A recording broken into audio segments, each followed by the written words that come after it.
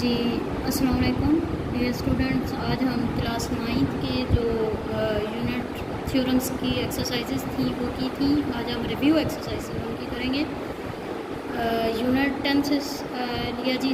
Unit 10 में सबसे पहले if triangle ABC is congruent to triangle LMN, यानी ये दो ट्राइंगल्स आपस में कॉन्ग्रेंट हैं तो इट्स मीन के एंगल M जो है वो आपके पास ये 30 है और एंगल N जो है वो 60 है, ठीक है, और एंगल A जो है वो 90 डिग्री है। ये आपने फाइंड करने थे, ये यहाँ सामने लिखे हुए हैं। अच्छा, इसके बाद क्वेश्चन नंबर 3 में देखें, if triangle this is equal to this then find unknown x। अच्छा, ये दोनों ट्राइंगल्स आपस में इक्वल हैं, आपने x की वैल्यू फाइंड करनी है। तो ये देखें जी, यानी x क्या है, एंगल N है, ठीक है।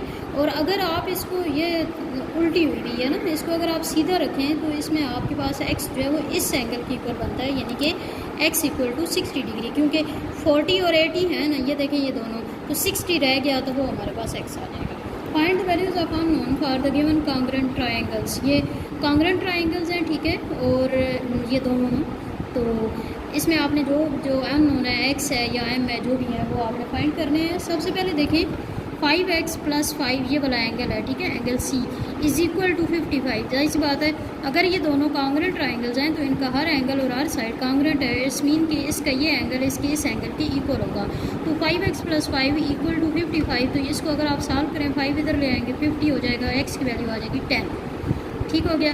उसके बाद 5m - 3 इक्वल टू 2m + 6। ये अब साइड की बात हो रही है ना, जितनी ये साइड है उतनी ये, क्योंकि ये दोनों ट्राइंगल्स आपको कहा गया है कि कॉन्ग्रेंट है, तो इट्स मीन इनकी हर साइड और हर एंगल कॉन्ग्रेंट है। तो ये वाली साइड इस साइड के कॉन्ग्रेंट है, तो 5m - 3 इक्वल है 2m + 6। m को एक तरफ, क्योंकि वो आपने फाइंड करना था, उसको एक तरफ रख लिया 6, और ये 3 इधर आया, प्लस का हो गया 9 बन गया, 5m - 2m 3m हो गया, तो m इक्वल टू 3 हो गया। अब आपके पास एक ट्राइंगल है PQR, दूसरी ट्राइंगल है जो कि कॉन्ग्रेंट है ट्राइंगल ABC के। आपने अननोन्स यहाँ पे भी फाइंड करने हैं। सबसे पहले देखें, यहाँ पे 90 का एंगल इधर है और इसमें 90 का एंगल इधर है, ठीक हो गया। अच्छा, 90 के एंगल के साथ जो होती है एक बेस होती है और एक परपेंडिकुलर होता है, ये x है। यहाँ पे देखिए 90 के एंगल के साथ ये 3 है, तो इसका मतलब है x इक्वल टू 3 होगा। अब दूसरी साइड देखें जो कि 90 के अपोजिट है, उसको हम क्या कहते हैं, वो हाइपोटेन्यूज होता है 90 के अपोजिट। यहाँ पे 90 के अपोजिट ये है 5, यानी y - 1 इक्वल टू 5, तो यहाँ से y इक्वल टू 5 + 1 हो जाएगा 6। और इसी तरह तीसरी जो साइड है वो ये z है और यहाँ पे 4 है, तो z इक्वल टू 4 हो जाएगा। उसके बाद हम रिव्यू एक्सरसाइज 11 पे आते हैं। इन पैरेललोग्राम ABCD, ये आपके पास पैरेललोग्राम है। पैरेललोग्राम में आपको पता है कि अपोजिट साइड्स भी इक्वल होती हैं और जो उनके कोरस्पॉन्डिंग एंगल्स होते हैं वो भी इक्वल होते हैं। तो यहाँ पे देखें AB इक्वल होगा DC के, AB और DC ये दोनों कॉन्ग्रेंट या इक्वल है की बात होती है। इसी तरह BC और AD ये भी आपस में कॉन्ग्रेंट होंगे और एंगल 1 और 3 आपस में कॉन्ग्रेंट होंगे।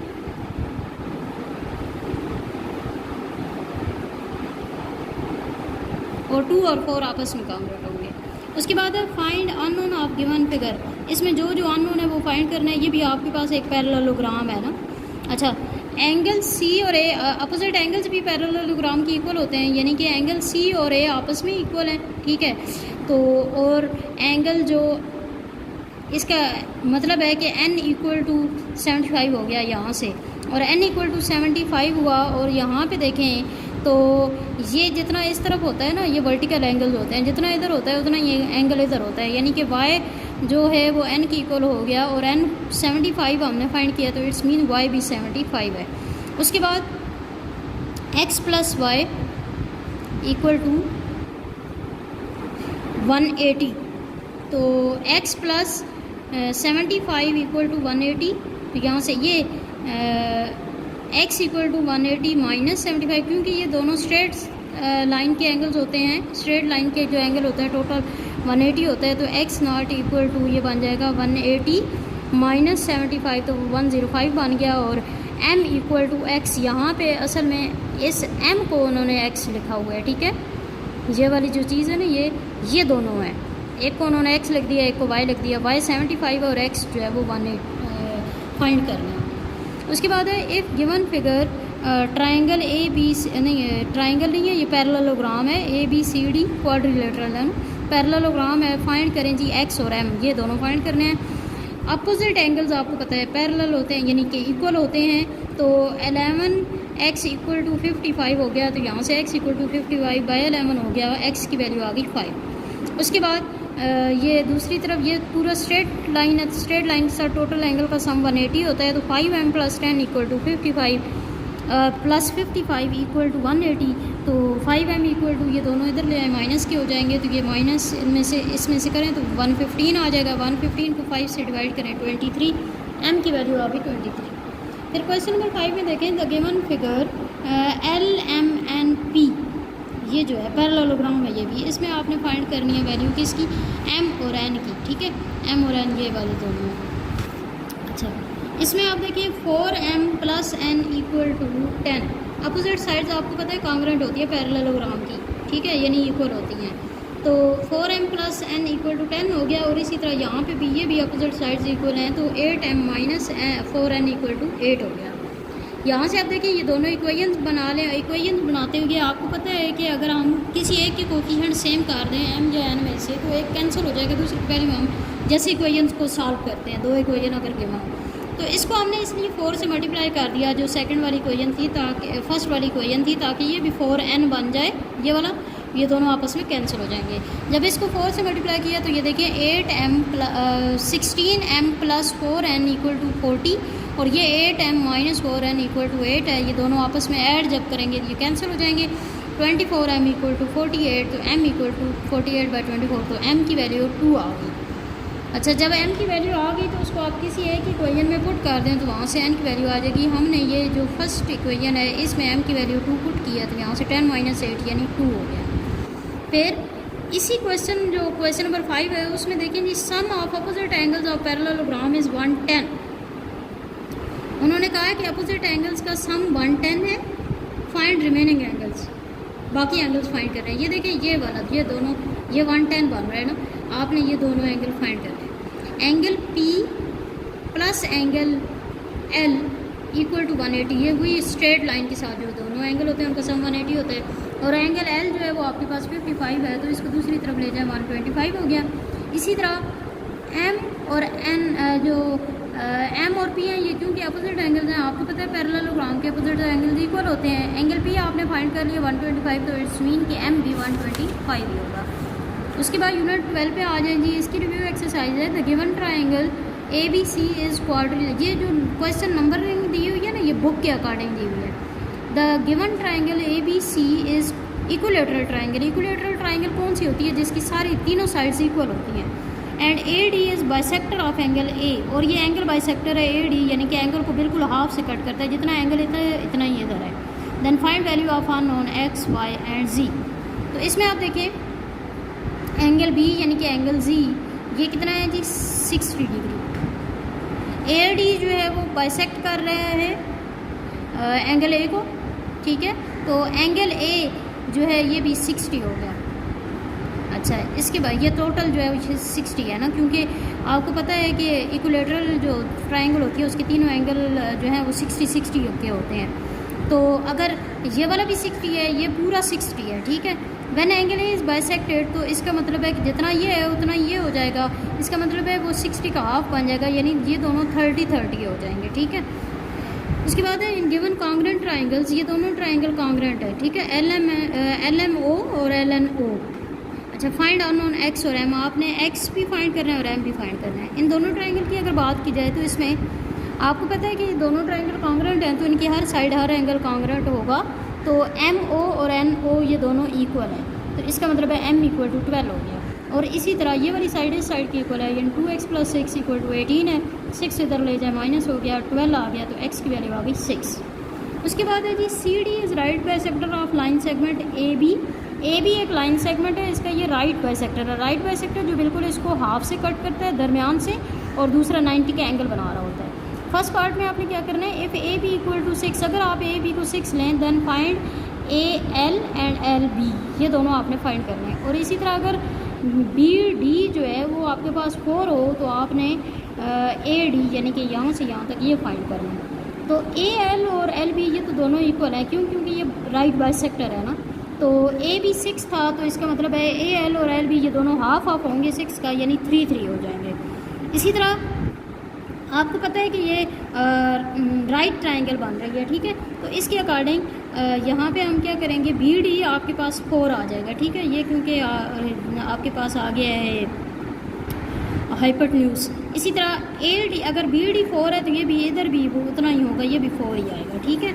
उसके बाद रिव्यू एक्सरसाइज 13 है जी। क्वेश्चन नंबर 3 है, इसमें इफ़ 13 सेंटीमीटर 12 और 5 ये लेंथ है एक ट्राइंगल्स की, ठीक है। आपने वेरीफाई क्या करना है, the difference of major of any to side of triangle is less than the third side. कोई भी 2 साइड का डिफरेंस ले तो वो तीसरी साइड से छोटा होगा। तो इसमें आप देखिए, इसको आप ए कह दें 13 को, बी कह दें आप 5 को, सी जो है वो 12 को। ए माइनस बी, पहले हम इन 2 साइड को ले रहे हैं, तो ए माइनस बी यानी 13 माइनस 5 वो हो गया 8। और इसका मतलब है कि 8 जो है वो 12 से छोटा ही है। इसके बाद अगर सी और बी को लिया जाए, 12 माइनस 5 7 बनता है, 7 आपको पता है 13 से छोटा ही है। उसके बाद ए माइनस सी अगर लें तो वो 13 माइनस 12 यानी 1 बनता है, और 1 जो है 5 से छोटा है।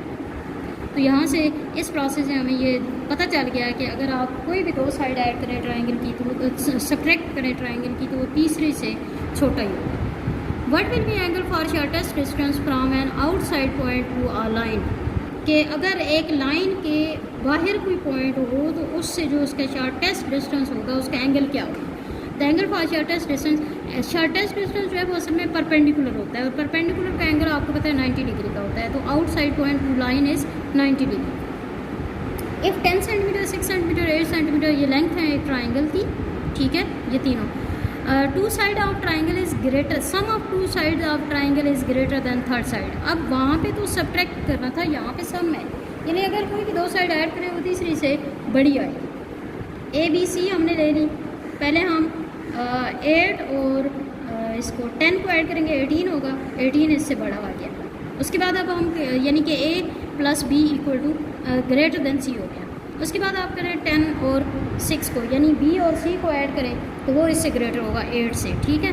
इसी तरह जब आप सी और ए को ऐड करें तो वो इससे ग्रेटर होगा। तो यहाँ से आपको पता चल गया कि the measure of any two sum of any two sides of triangle is greater than third side. उसके बाद देखें जी 3 सेंटीमीटर 4 सेंटीमीटर 7 सेंटीमीटर और not length of triangle give reason. ये तीनों लेंथ नहीं बनती ट्राइंगल्स की, क्यों? क्योंकि आप देखिए 3 + 4 = 7 बन जाता है। अगर हम 2 को ऐड करें तो तीसरी की इक्वल आ रहा है, जबकि हमने ये कहा है कि ग्रेटर हो, ठीक है। तो इसलिए क्योंकि सम 2 साइड्स का सम हमेशा ग्रेटर जब नहीं आएगा तो इसका मतलब है कि ये इसकी लेंथ नहीं बनती ट्राइंगल की, क्योंकि उसमें हमेशा ग्रेटर होना चाहिए। फिर उसके बाद ये 2 साइड्स हैं जी, और length of 2 side of right triangle, right angle triangle की ये 2 साइड्स हैं, आपने तीसरी साइड फाइंड करनी है। तो यहाँ पे आप देखें ये 2 साइड्स ये हैं, तीसरी साइड कैसे फाइंड होगी? पाइथागोरस थ्योरम आप लगा देंगे। पाइथागोरस थ्योरम के अकॉर्डिंग हाइपोटेन्यूज का स्क्वायर इक्वल हो जाएगा 4 स्क्वायर प्लस 3 स्क्वायर यानी 25 स्क्वायर। ख़त्म करने के लिए स्क्वायर रूट लेंगे दोनों तरफ, तो ये 5 आ जाएगा। उसके बाद 14 के देखें जी, इन ट्राइंगल LMN, ये ट्राइंगल है, इसमें आपके पास जो MN है और PQ है ये दोनों आपस में पैरेलल हैं। इफ़ LM आपको अगर दिया जाए 5 सेंटीमीटर और LP जो है वो 2.5 हो और LQ जो है वो 2.3 हो, देन फाइंड LN, आपने LN फाइंड करना है।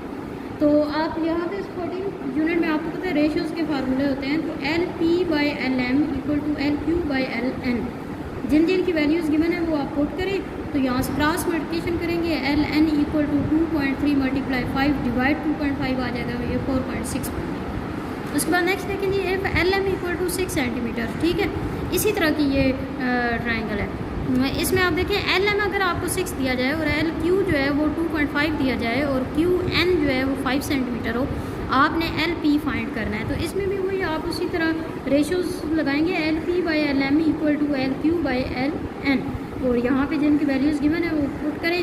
तो यहाँ पे LP को इधर ही रहने दें, 6 उधर जाके मल्टीप्लाई हो जाएगा, ये सॉल्व करें तो ये 2 आएगा, ठीक है।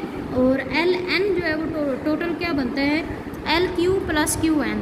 LQ जो है वो आपके पास 2.5 था ये, और QN जो है वो 5 है, तो उन दोनों को ऐड करें तो 7.5 आएगा। उसके बाद देखें जी इन शोन फिगर ये वाली जो है P A equal to 8x minus 7, ये जो पी ए है ये 8x माइनस 7 है, पी बी जो है वो 4x माइनस 3 है, ए क्यू जो है वो 5x माइनस 3 है, बी आर जो है वो 3x माइनस 1 है। आपने x की वैल्यू फाइंड करनी है। तो आपको पता है कि ये पैरेलल हैं ये दोनों साइड्स आपस में, तो यहाँ पे वही रेशो वाला फार्मूला लगाएंगे, P A by A Q equal to P B by B R, यानी हाफ पे हमने रेशो वाला फार्मूला। तो वही वैल्यूज पुट की क्रॉस मल्टीप्लिकेशन करेंगे, कैलकुलेशन करेंगे, ये इक्वेशंस बनेगी प्लस माइनस वाला, ये सॉल्व करेंगे तो ये इक्वेशन आपके पास ये बन गई 4x² माइनस 2x माइनस 2। इसके आप फैक्टर्स बनाएं तो माइनस 4x और प्लस 2 बनता है।